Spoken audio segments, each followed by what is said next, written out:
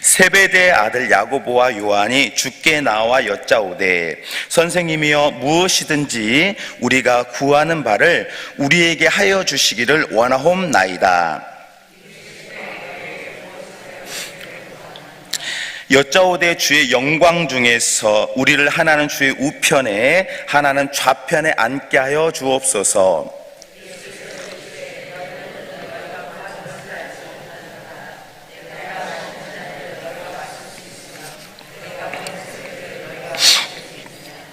그들이 말하되 할 수 있나이다. 예수께서 이르시되 너희는 내가 마시는 잔을 마시며 내가 받는 세례를 받으려니와.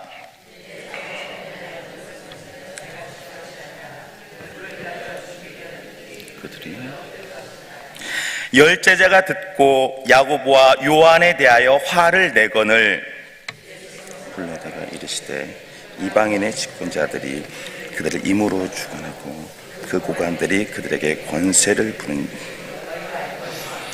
너희 중에는 그렇지 않을지니 너희 중에 누구든지 크고자 하는 자는 너희를 섬기는 자가 되고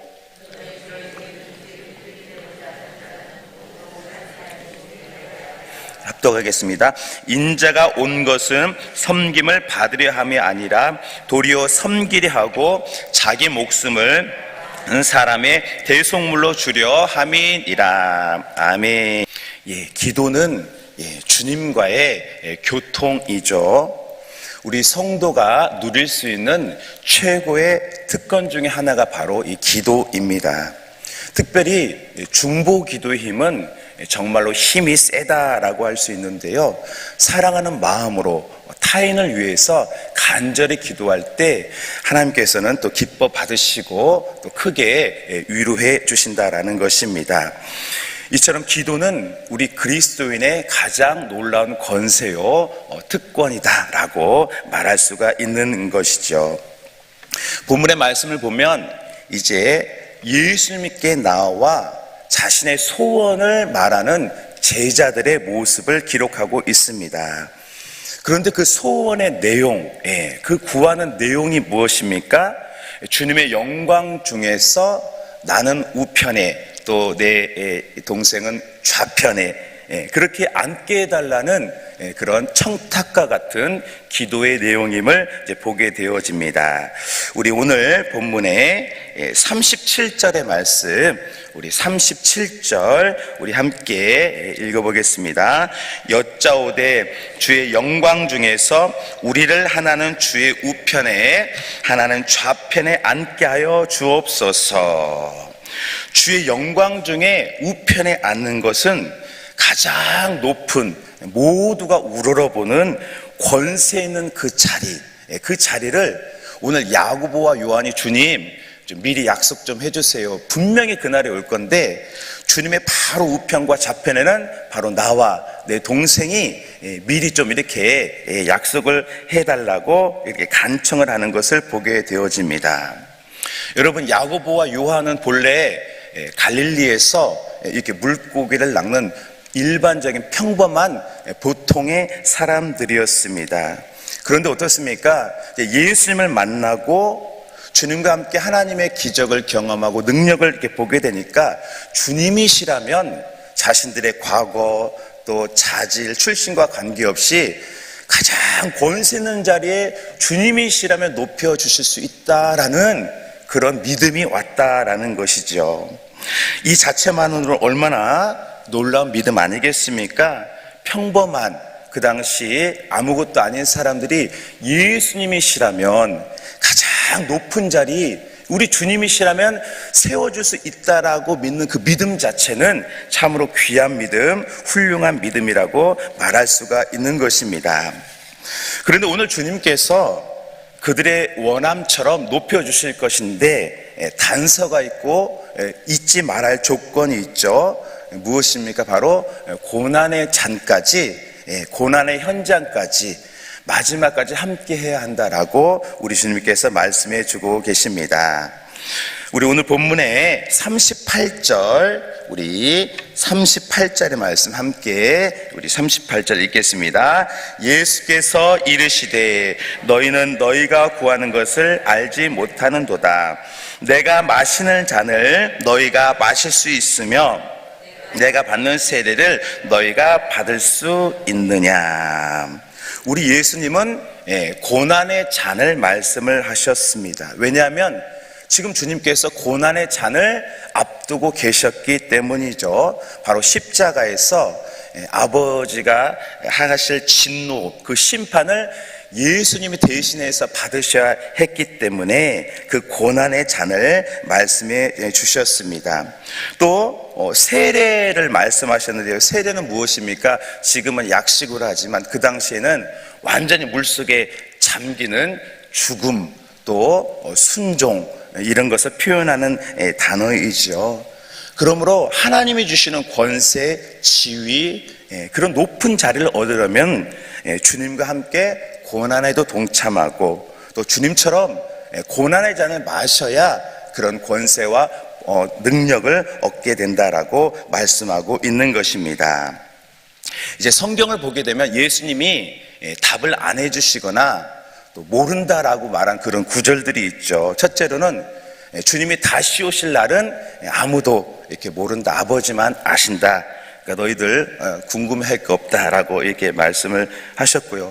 또 오늘 말씀에는 나와 있지 않지만 마태복음에 보면 너희들이 구하는 자리는 아버지가 준비하신다, 예비하신다라고, 그러니까 아버지의 주권 속에 있음을 우리 예수님께서 말씀해 주고 있습니다. 우리 오늘 성경에서 40절의 말씀, 우리 40절의 말씀 우리 함께 읽겠습니다. 내 좌우편에 앉는 것은 내가 줄 것이 아니라 누구를 위하여 준비되었든지 그들이 얻을 것이니라. 그렇습니다. 아버지의 뜻대로 가장 높은 자리, 또 권세 있는 자리는 이제 우리 아버지께서 보고 준비하신다라고 그렇게 말씀하고 있는 것입니다. 우리가 사는 이 자연 세계도 보면 모든 것이 질서 있게 아름답게 조화를 이루는 것을 보게 됩니다. 강이나 바다를 보면 가장 또 낮은 자리에서 물고기가 이렇게 생명력 있게 헤엄을 치고, 또 하늘을 보면 새가 아름답게 창공을 날아다니면서 조화를 이렇게 이룬다라는 것이죠. 그럼 하나님의 나라는 어떨까요? 우리 주님께서 왕이 되시고 아마 모든 것이 질서대로 조화를 이룰 것입니다. 차별이 없고 사랑으로 섬기는 모습이 분명할 것입니다. 왜입니까? 하나님 아버지께서 아버지의 주권대로 모든 것을 균형 있게 질서 있게 주장하시기 때문인 것입니다. 그렇기 때문에 우리가 이 땅에서 구해야 될 것은 무엇일까요? 권세 있는 자리, 높은 자리를 아버지께 구하는 것이 아니라 늘 우리와 함께 하시는 예수님을 바라보고 따라가는 저 여러분 되시기를 소망합니다. 우리 주님은요, 높은 자리를 구하시거나 부러워하시지 않았습니다. 오히려 낮고 낮은 자리, 또 남들이 가고 싶지 않은 곳, 특별히 저주의 자리까지도 예수님께서는 걸어가심을 보게 되죠. 왜 그렇습니까? 사랑의 주님이시기 때문에 모든 사람에게 사랑을 드러내고 섬겨주시고 자유를 주시려고요, 주님은 오히려 낮은 자리로 가신 우리 예수님을 보게 되어지는 것이죠. 그래서 아버지 하나님께서는 가장 낮은 자리에 계신 주님을 이렇게 높여주시고 모든 그런 이름 위에 뛰어난 이름이 되게 해주셨음을 보게 되어집니다. 오늘 제자들 야고보와 요한은요, 이 고난의 잔을 실감하지 못했고 이해하지 못했습니다. 그래서 어떻습니까? 대답은 잘했지만 막상 그 고난의 잔, 십자가 사건 앞에서는 이렇게 흩어지는 모습을 보게 되어집니다. 그러나 우리 예수님은요, 끝까지 부활하신 이후에 몇 번이고 제자들을 찾아가셔서 부활 생명을 드러내 주시고 평강을 주시고 사도로 세워주신 예수님을 보게 되어집니다. 그래서 주님의 은혜로 정말로 고난의 잔, 고난의 그 세례를 다 감당하는 제자들의 모습을 우리가 이후에 보게 되는 것이죠. 우리들도요, 세상의 원리처럼 권세 있고 남을 부리고 높은 자리를 바라보는 것이 아니라 나를 위해서 또 고난당하시고 승리하신 우리 예수님을 바라보고 살아간다라면 우리 주님께서 우리를 세워주시고 높여주시고 복 주실 줄로 믿습니다. 인도에서 전도를 했던 테레사 수녀가 가장 헐벗고 또 비천한 자리에 있는 사람들을 위로해주고 돌봐주었다라고 해요. 그러자 많은 지인들이 테레사 수녀에게 왜 당신은 하루 종일 또 이렇게 험한 산지 낮은 자리에서 이렇게 가난한 사람들을 보고 삽니까? 명예 있는 사람, 돈 많은 사람들이 부럽지 않습니까? 라고 그렇게 물어봤더라고 해요. 그러자 테레사 수녀가 말하기를, 나는 남을 섬기고 사느니라고 높은 지위의 사람을 쳐다볼 겨를이 없습니다. 나는 섬김의 삶을 살아갈 뿐입니다. 라고 말했다라고 합니다. 여러분, 행복이 어디 있습니까? 우리가 예수님을 바라보고 또 예수님처럼 사랑으로 섬기고 살 때 주님께서 기쁨과 평강을 주실 줄로 믿습니다. 오늘 예수님은요, 이제 천국의 원리를 말씀해 주시는데요, 우리 본문의 43절 44절의 말씀, 우리 43절 44절의 말씀 함께 읽겠습니다. 너희 중에는 그렇지 않을지니 너희 중에 누구든지 크고자 하는 자는 너희를 섬기는 자가 되고 너희 중에 누구든지 으뜸이 되고자 하는 자는 모든 사람의 종이 되어야 하리라.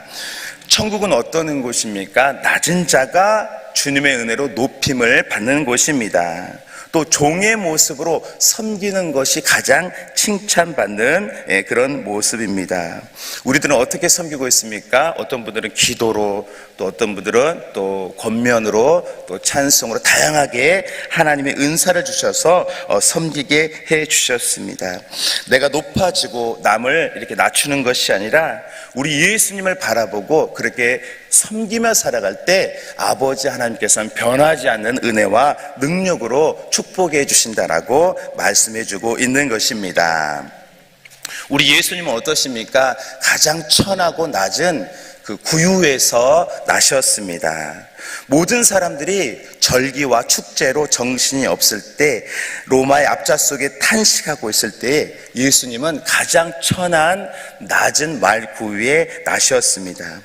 그리고 목수의 아들로 사셨고요, 또 공생의 기간에는 남들이 가고 싶지 않고 만나고 싶지 않은 거라사인의 사람, 또 우물가의 여인, 또 여러 과부 등등을 찾아가 주셨습니다.